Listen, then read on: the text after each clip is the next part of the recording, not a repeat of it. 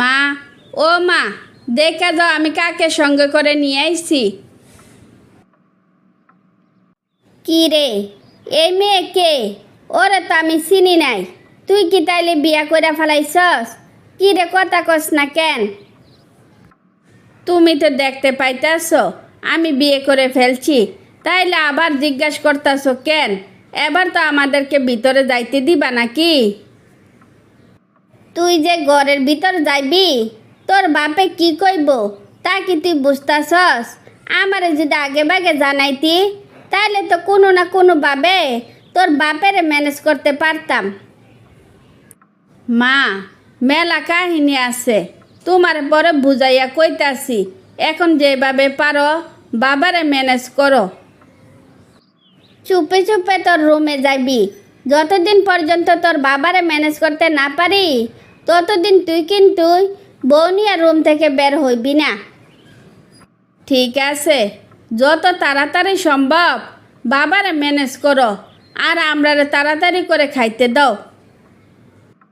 মুখটা এত চালু করিস না, তোর বাবা শুনলে আবার সব ব্যস্তে যাইব।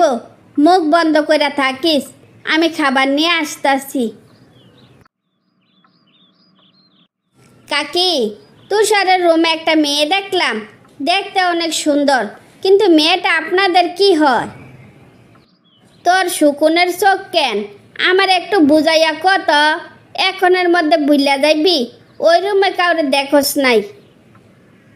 কাকি, ব্যাপারটা কি বুঝলাম না তো। নিশ্চয় এখানে ঝামেলা আছে। তো আসল ঘটনাটা কি একটু বুঝাইয়া কন, তাইলে আর ওই মেয়ের কথা ভুলও মনে রাখবো না। ওই মেয়েটা তুষারের বউ, আমারে না জানাইয়া বউ নিয়ে বাড়ি আইসা পড়ছে। এখন আমি কি করি বলতো? কাকু যদি জানতে পারে, তাইলে তুষারের তো আলু ভর্তা বানাইব। তুষারের এত বড় কলিজা কেমনে হইল আমার মাথায় ধরতাছে না। আমিও মাঝে মাঝে ভাবি, ওর এত বড় কলিজা কেমনে হইল। তোর কাকুরে যে কেমনে ম্যানেজ করি দিশা পাইতাছি না। গরুডারে রুমে আটকাইয়া রাখেন, আর আস্তে আস্তে কাকুরে ম্যানেজ করার চেষ্টা করেন। ওই যে কাকু আইসা গেছে, আমি তাইলে এখন যাই। কি ব্যাপার, এত বাজার আনছো কেন? আমার মতে এক সপ্তাহে যে পরিমাণ বাজার করছেন, গত 1 বছরও মনে হয় না এত বাজার করছেন। আসলে আপনার কি হয়েছে আমার কোন তো? তুমি তো 1 সপ্তাহ ধরে আমারে প্যারা দিতেছ ছেলেরে বিয়া করাইবা। ছেলের বউ আসলে তো আর মন ভরে খাইতে পারবো না, তাই আগে ভাগে খাইয়ে নিতে আসি। আপনার যে পরিমাণ রাগ, আপনার ছেলের বউ আপনারে খাবার না দিয়া কি কোনো উপায় আছে? ডাকো ছেলের বউকে, দেখে আমারে কেমন খাবার খাওয়া। আপনি এসব কি কইতেছেন? ছেলের বউরে আমি কোথায় থেকে ডাকবো? আপনি কি আমার সাথে মজা করতেছেন নাকি? এই কয়েকদিনে আপনার কথাবার্তা শুনে আপনাকে আমার অসানা অসানা লাগতাছে।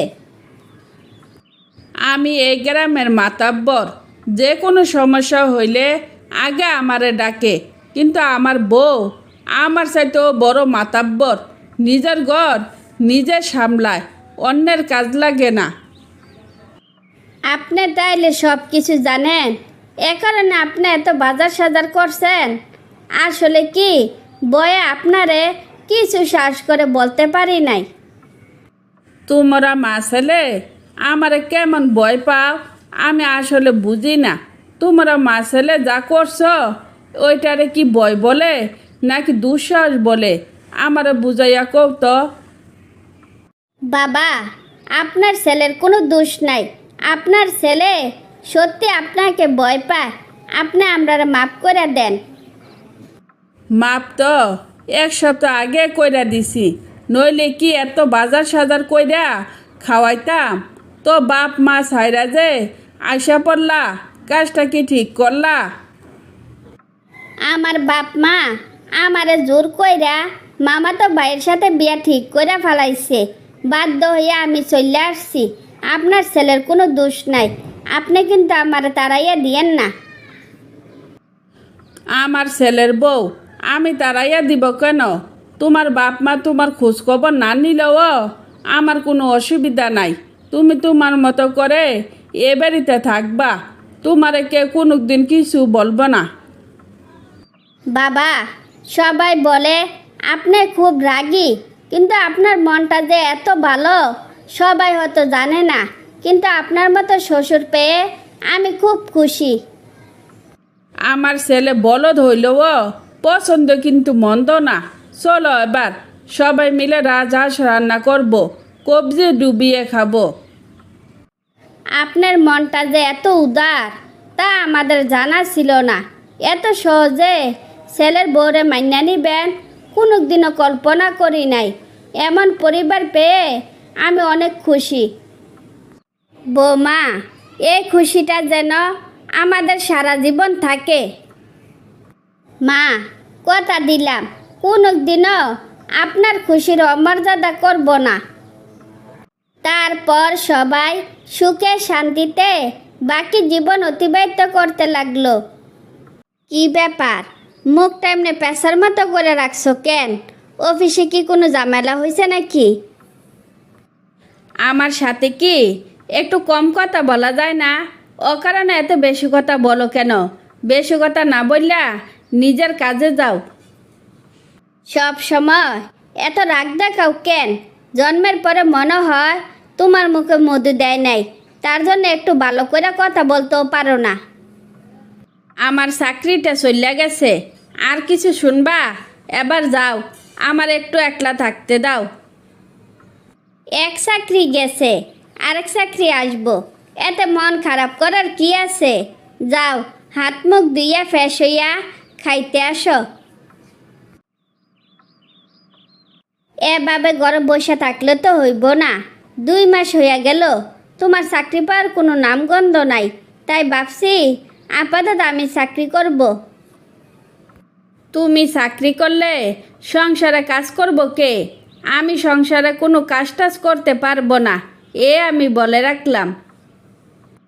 বর্তমানে 2 জনে বেকার, তাই এই মুহূর্তে কাজের মেয়ে রাখা সম্ভব না। তোমার চাকরি না হওয়া পর্যন্ত সংসারের সব কাজ তুমি করবা। কি আর করার, সব হচ্ছে আমার কপাল। কপাল খারাপ হইলে যা হয় কি। তো তোমার কি কোনো চাকরির অফার আসছে নাকি?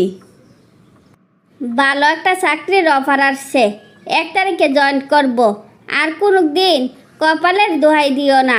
জীবনে বহু টাকা কামাই করছো, কিন্তু ভবিষ্যতের জন্য একটা টাকাও সেভ করো নাই। কাটা গায়ে আর নুনের সিটা দিও না। এবার তুমি যাও। যাইতে আসি। সত্যি কথা বললে শুধু তোমার না, দক্ষিণ পাড়ার কানু মিয়ারও ভাল লাগে না। সব কিছু বাদ দিয়া এবার খাইতে আসো। কি রে, চাকরি বাকরিও করস না, ক্যারাম খেলতেও আসস না?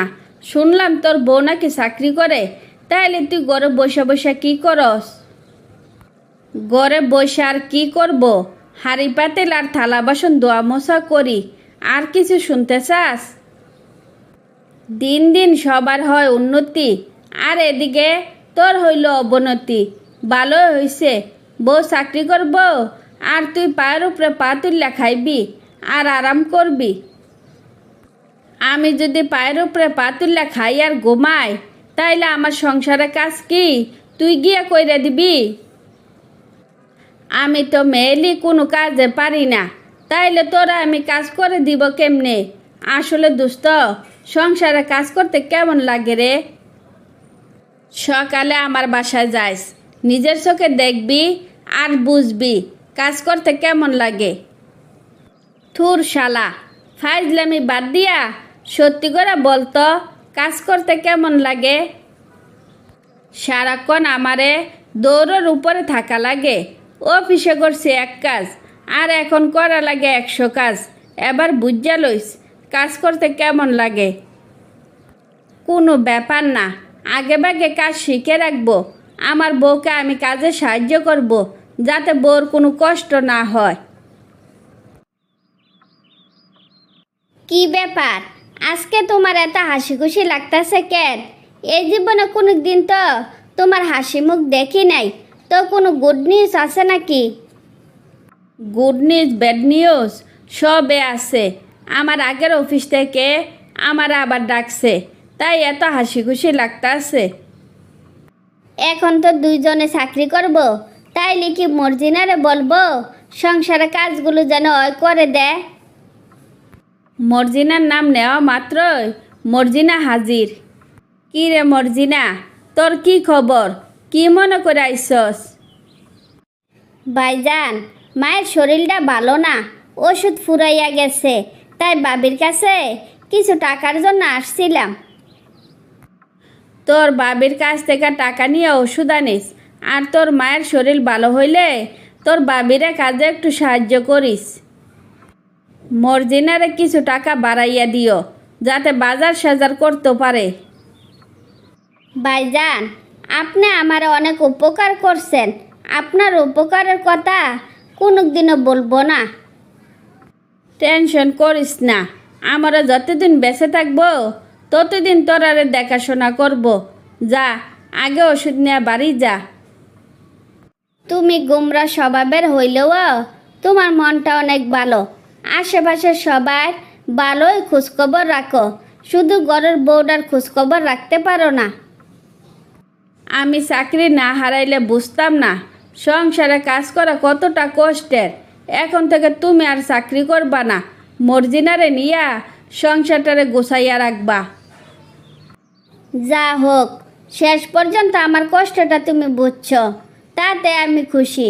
চাকরিটা না ছেড়ে যারা আমাদের আশেপাশে অসহায় আছে তাদেরকে আমি সাহায্য সহযোগিতা করতে চাই। তোমার প্রস্তাবটা মন্দ না। যারা 3 বেলা খাইতে পারে না তাদের মুখে যদি হাসি ফুটাতে পারি, তাইলে আমরাও হাসি খুশি থাকবো। তারপর সবাই হাসি খুশিতে বাকি জীবন অতিবাহিত করতে লাগলো।